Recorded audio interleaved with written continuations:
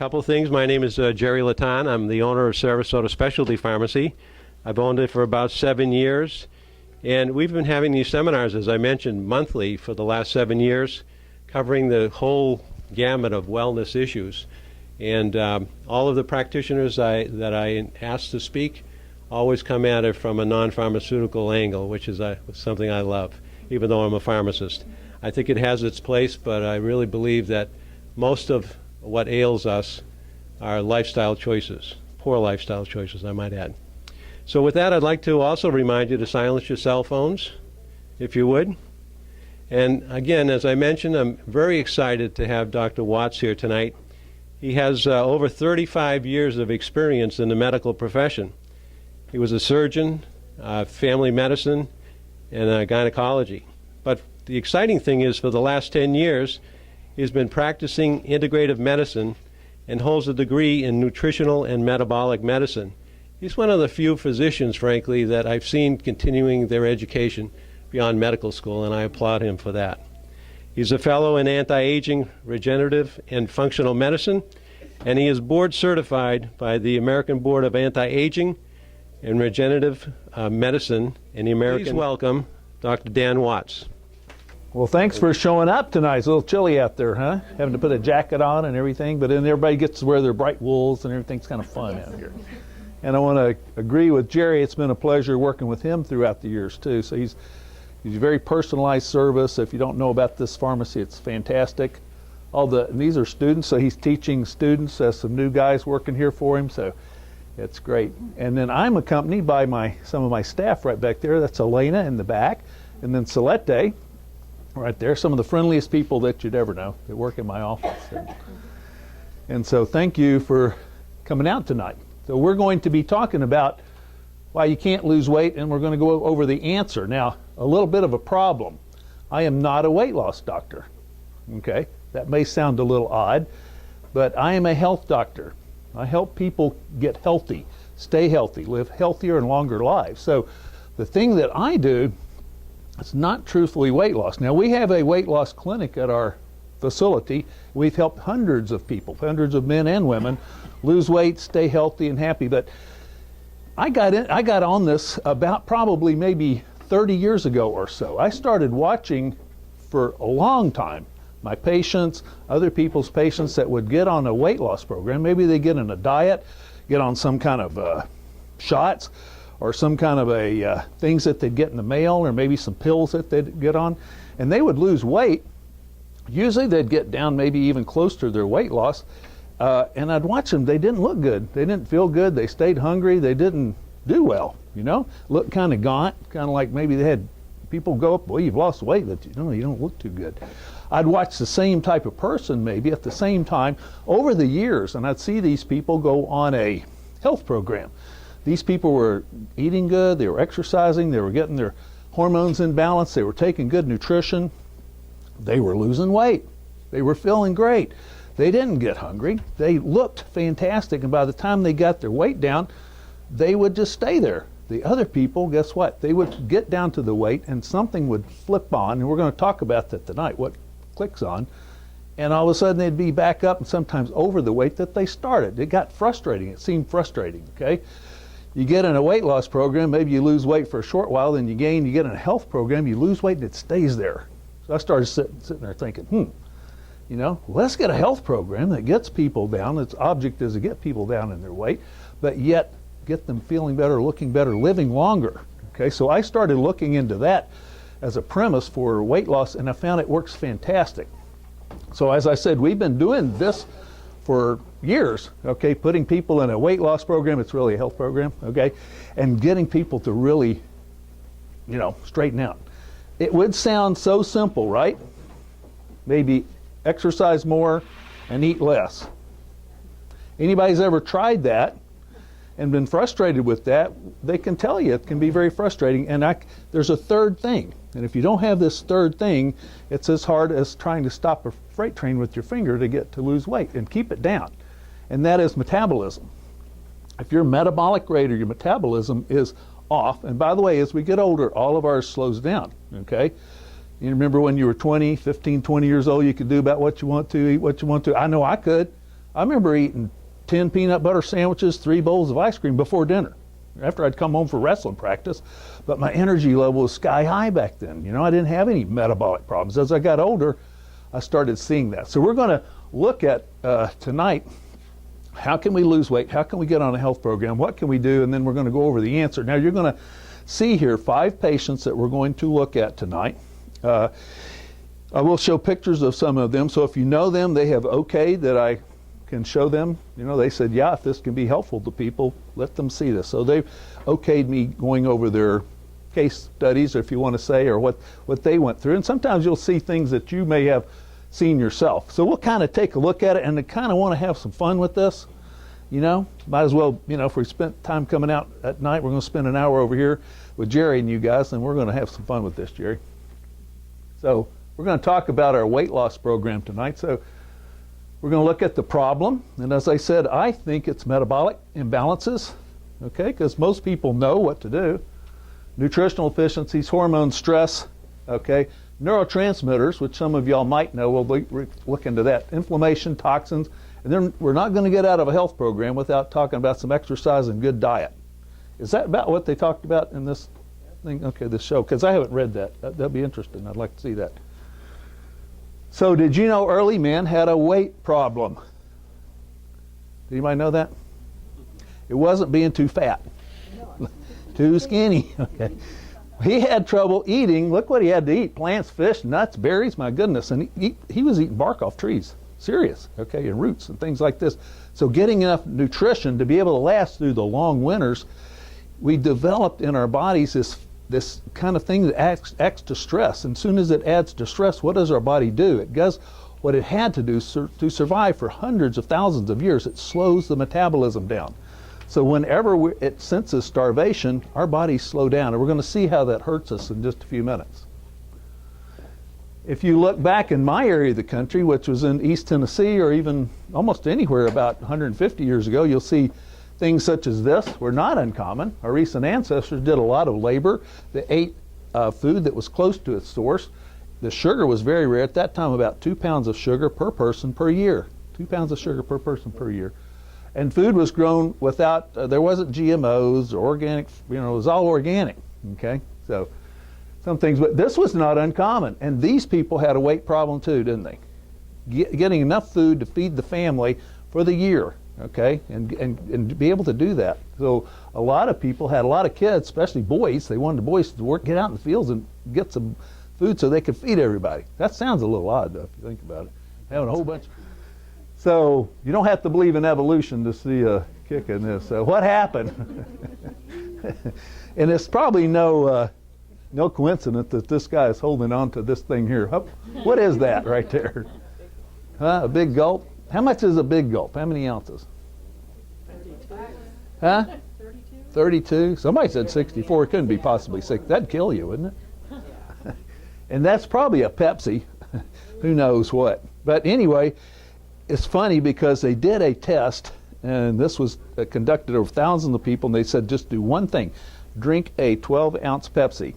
Okay, that's it. Drink a 12-ounce Pepsi for 1 year. And then they did the other people, and they said, you can do whatever you want to. And they didn't say change anything. The people that drank the Pepsi gained an average of 15 pounds. 15 pounds in that year. Okay, so it's no coincidence that this guy's holding on to that. Okay, right there. And I'm glad he's wearing his underwear, to tell you the truth. That'd be kind of rough. So I grew up in an era which introduced fast foods. We got a McDonald's on the corner, and I thought I was going to die. I had to get over there all the time. My mama would take me over there, you know, I was one of those, get me over to McDonald's, a double arches.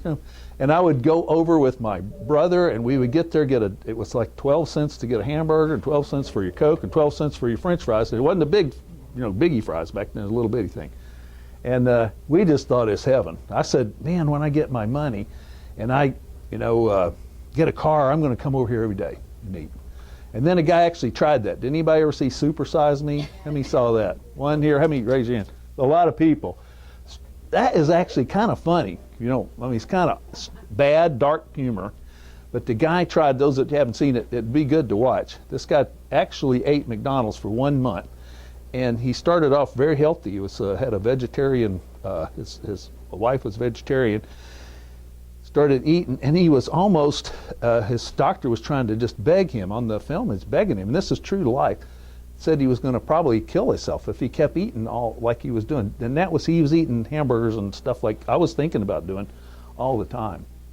So our overweight nation has emerged with our fast food industry. We actually didn't have, if you look back, see, people have told me, I've looked back at pictures back 60, 70 years ago, and you don't see that. You know, just look at street corners and things like that like we've seen now.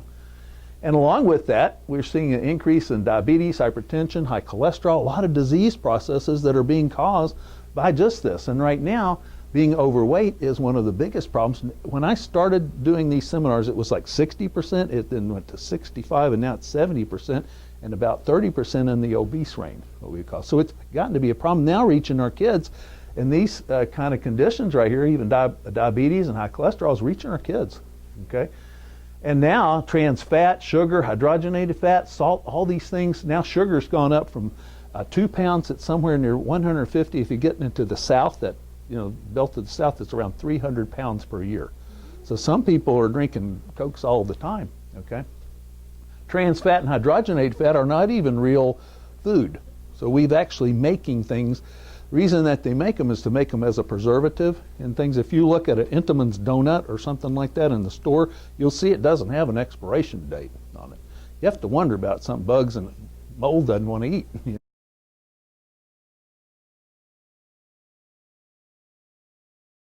Toxins are coming into our environment, so 7 billion pounds of toxins pour into our environment every year, and these things compound because they don't go out of the environment. Many of these things do not biodegrade, so they sit there and they just stay there. The ones that we're most concerned with in weight gain are the environmental toxins. These can enter our bodies, cleaners. By the way, we smear tons of toxins on our body every year in what? Cosmetics, okay?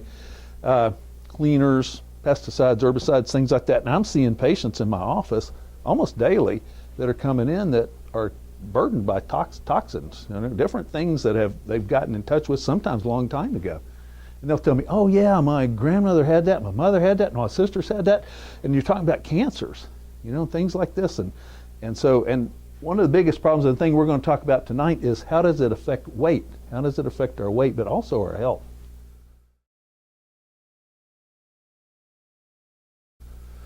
What about, is this not a common sight? Okay, so we see families. This is the way, we didn't do this. My mom used to kick me out in the afternoon and in the evening, and we came back in to eat, and then into bed. We didn't have television. We had radio when I was growing up. We didn't have this. Now, by the way, when I was growing up with my kids, we had TV, and what do you think we did? We didn't kick them out. They didn't play out in the yard all night long or all day. And my brother and me, we played out. We played ball or whatever it was. My son learned to play with his thumbs on a computer. And they were fun games, but they're not very active, you know, that you can do like that. Parents today say, well, I'm afraid to send my kids out. I'm worried about the environment. It doesn't seem safe to me. And so we see a lot of structured play or this type of activity. So our work and play have become inactive. So we're not as much farmers anymore. When we're working, I call it sititis. And I have it too. I'm not pointing fingers at anybody. I have the same problem. I have a sititis. A healthy metabolism, hormones, and body composition require physical activity. So you must give your body physical activity to have it work correctly. We're getting what? Older, right?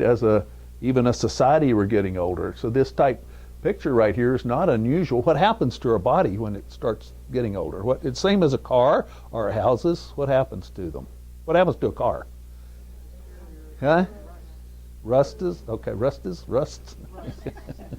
I said rusts. Why? Yeah, it gets creaky. Creaky, doesn't run, engine doesn't run. If you didn't put any maintenance back into that automobile, okay, it would fall apart. It wouldn't run. The tires would fall off, okay? So the same thing is true for our bodies, and our bodies don't have extended warranties on some of our parts. Now, we're getting better at it, stem cells and things like that. We're getting new joints and stuff. But if your heart gives out or your brain gives out, sometimes that's kaput, you know? You're gone. So our bodies, as we age, become catabolic. That means they start getting actually eaten up. Catabolic is a word, is a Greek word. It means it starts getting eaten up, okay? We have to put upkeep. You have to put energy in upkeep. What does this look like to us? Good diets, exercise, supplementation, hormone balancing, getting the toxins out of our body. Okay, these type of things are the way that we're actually going to find upkeep and maintenance of our body, just like we would our house or just like we would our cars. We have to put that back into it, or the system starts running down. We have a health craze going on. Okay, we're enamored with youth and fitness. Okay, and if you don't believe me, go to the health section of your magazine. Now go down to Barnes & Noble, go to the health section and see what you see. You're going to see a plethora of kids, 15 to about 20 years old, telling you how to be healthy. I just picked up some books here. Okay, here's the new diet secret pills from Hollywood.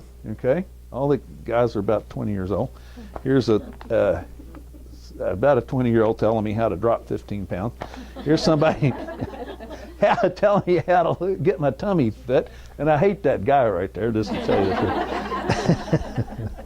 But you'll see this, okay? So where's the books for me, you know? Where's the books for guys 68 years old or so? I don't see them, you know?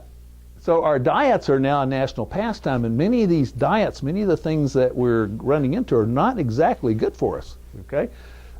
Grapefruit diets and stuff like that, and sometimes cardboard in the mail. We lose weight, okay, you feel better for a short time, as I was saying. I can lock you in that closet over here and come get you in a month, and you'd be alive, you'd have water and a bathroom in there. It's not necessarily good for you, okay? So eventually most of these diets break down. What happens, as I told you, when you start starving, or what happens when your body senses that your body is not getting enough food? What does it do? What does that, I'll tell you, for hundreds of thousands of years it does. Slows down. Our metabolism actually starts slowing down as you try to lose weight, then it starts working against you.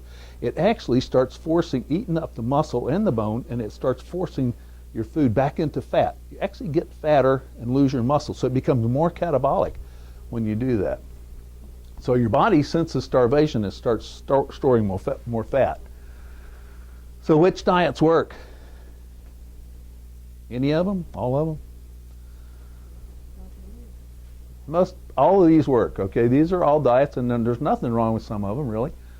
But if you try to go too catabolic for too long, if you try to cut your calories down too long, your body will start becoming catabolic. So we talk about a diet program now, okay?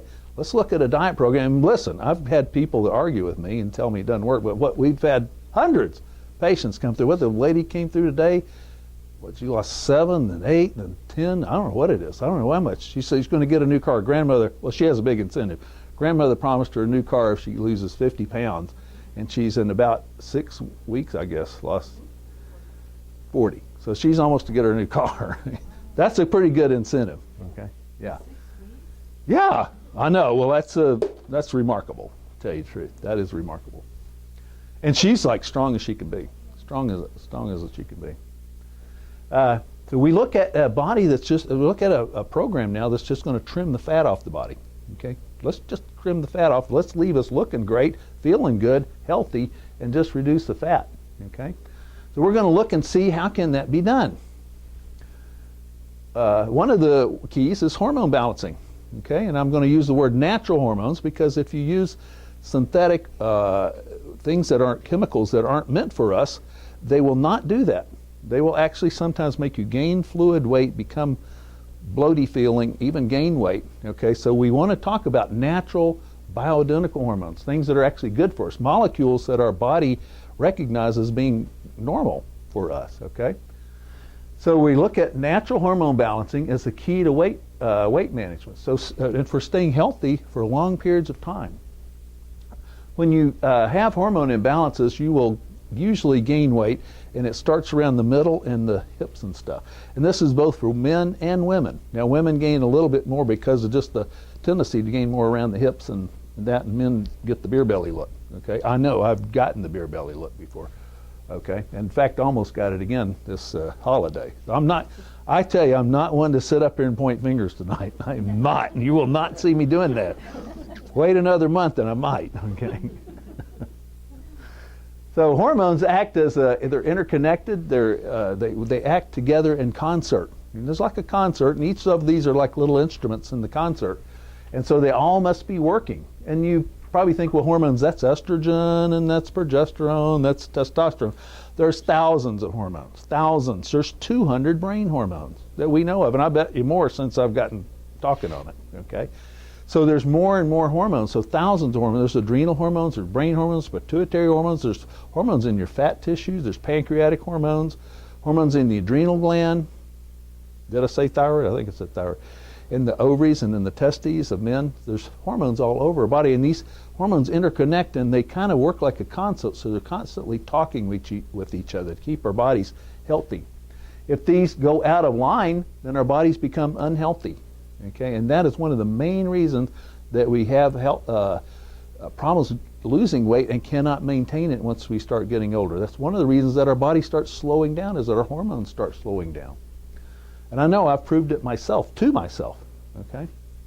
I would say probably when I was about 56 or 7, so more than 10 years ago, I was starting to get run down. As I said, I weighed about 238. My wife said, you know, I was getting curmudgeonly. I was like, I didn't feel good. I lay on the couch, sex life, forget it.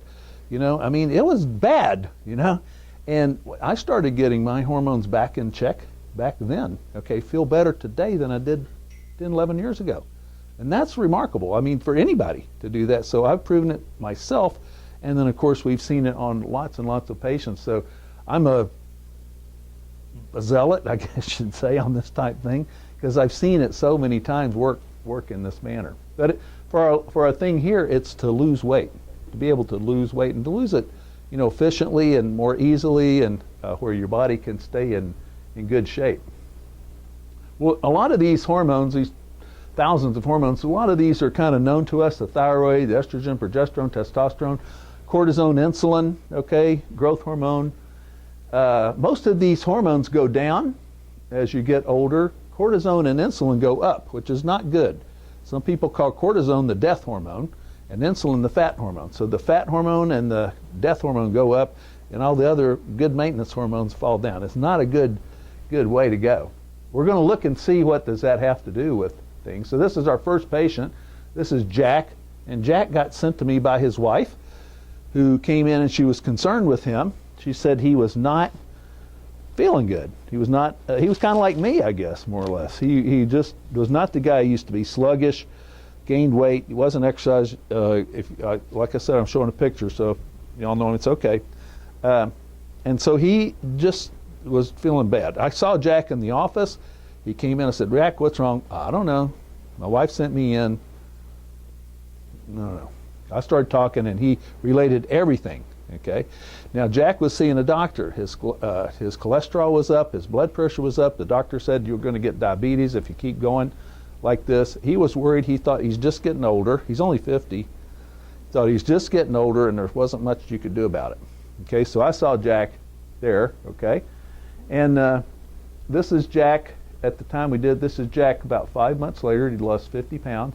He's feeling so good, girls. He's taking a picture of himself in a mirror. Okay. And I actually think he's holding his gut in. Well, wouldn't y'all say about that? Okay. But when I saw Jack, I said, let's run some labs on you. So we ran some labs, because some of the things that he had were just seemed like low hormones. Okay. And so this is his estrogen. They were up a little bit. This is his testosterone way down. Okay. This is serum. Now you can run hormone levels on salivary, on serum, and on urine. They're all good ways to do it. You just have to know which ones you're using when you're going to test people and retest people. You just have to know how to use those modalities, but they're all very good ways to test people, okay? So this is his testosterone. That should be about 800. I think that's about 136. Okay, here's his growth hormone. It's 131. It should be around 350. So Jack had no wind in his sails. He had no gas in his tank. He didn't have anything. It's like a 8-cylinder engine going down the road with one cylinder. No wonder. Same thing that happened to me. Okay, so Jack was able to reverse that. Now, it wasn't the only thing he did, but he started getting his energy back. He started getting his chutzpah back. He started becoming more active, eating better, yes, exercising, yes, okay, but this was one of the keys, because he just got feeling better.